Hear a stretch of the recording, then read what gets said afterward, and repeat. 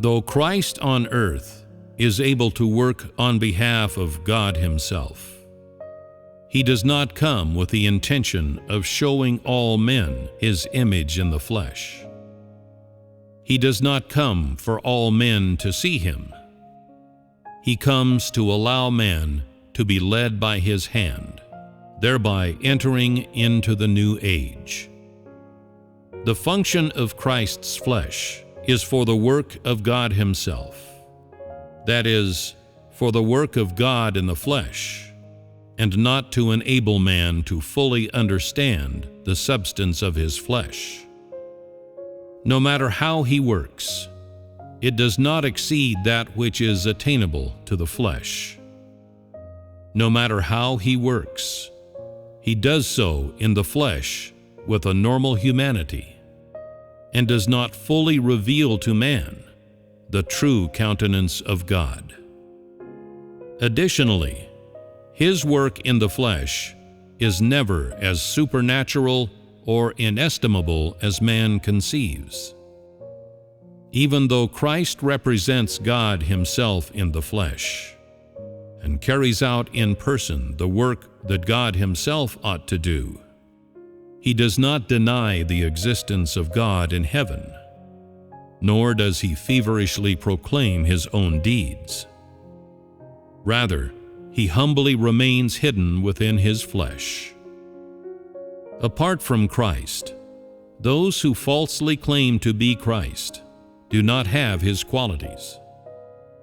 When juxtaposed against the arrogant and self-exalting disposition of those false Christs, it becomes apparent what manner of flesh is truly Christ. The more false they are, the more such false Christs show off themselves, and the more capable they are of working signs and wonders to deceive man. False Christs do not have the qualities of God. Christ is not tainted by any element belonging to false Christs. God becomes flesh only to complete the work of the flesh, not simply to allow all men to see Him. Rather, He lets His work affirm His identity, and allows what He reveals to attest to His substance. His substance is not baseless. His identity was not seized by His hand. It is determined by His work and His substance. Though He has the substance of God Himself, and is capable of doing the work of God Himself, He is still, after all, flesh unlike the Spirit. He is not God with the qualities of the Spirit. He is God with the shell of flesh. Therefore, no matter how normal and how weak He is, and howsoever He seeks the will of God the Father, His divinity is undeniable.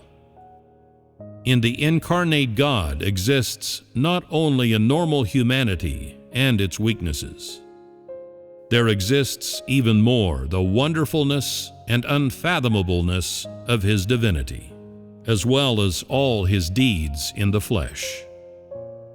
Therefore, both humanity and divinity actually and practically exist within Christ.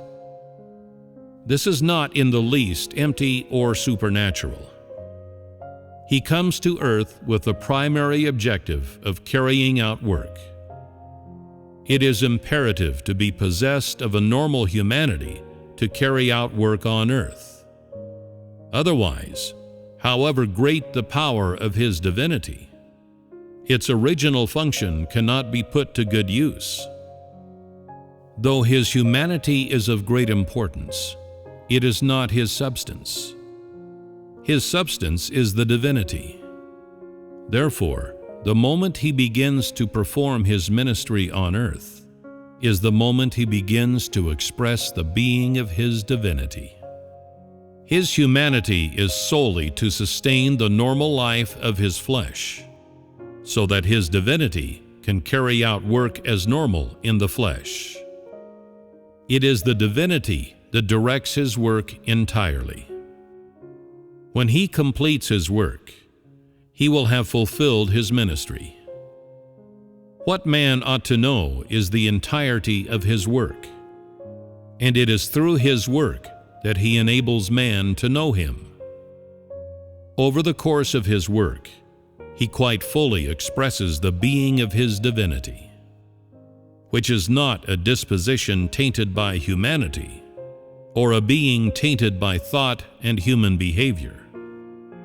When the time comes when all his ministry has come to an end, he will have already perfectly and fully expressed the disposition that he ought to express.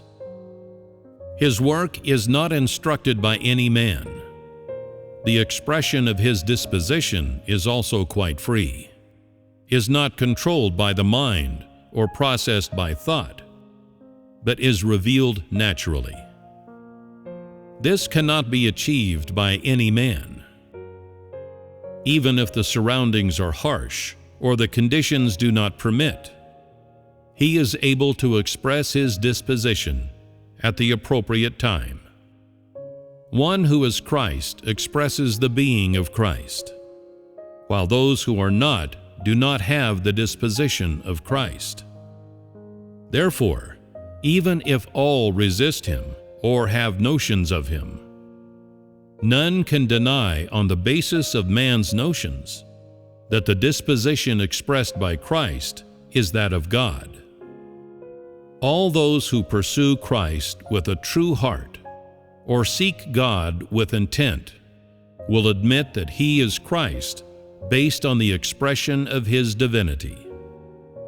They would never deny Christ on the basis of any aspect of him that does not conform to man's notions. Though man is very foolish, all know exactly what is the will of man and what originates from God. It is merely that many people intentionally resist Christ due to their own intents. If not for this, not a single man would have reason to deny the existence of Christ.